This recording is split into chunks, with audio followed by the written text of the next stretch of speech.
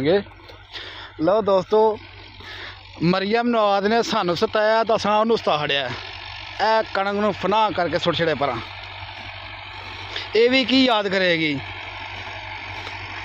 कि किहड़े जट्टां नाल वाह मेरा पिया है। असीं भी सिर फिरे हैं, फिर अह भी 85 वार दा तवे पा के 18 विच कि तैह ला दे फड़ के सारे काम दी। आ वे लो तुहाडे सामने कणक के वाह के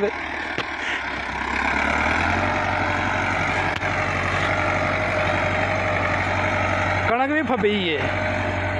अक्तूबर का कणक है, सोहनी कणक है।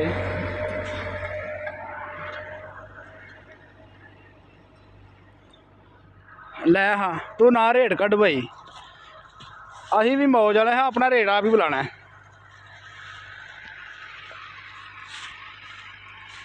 सोहनी कणक है, बेहतरीन कलर भी है, कोई परेशानी किसी किस्म की नहीं। लेकिन रेट लो वेख के इन्हूं वाहड़िया।